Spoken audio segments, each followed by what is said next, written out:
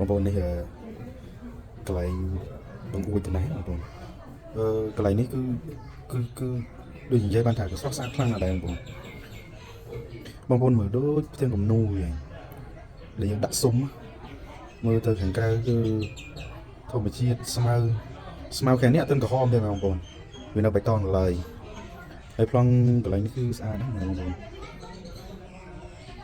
កុំភ្លេចណាមកកុំភ្លេចចូលមកថតទៅនេះផងប្លង់នេះគឺស្អាតខ្លាំងទេបង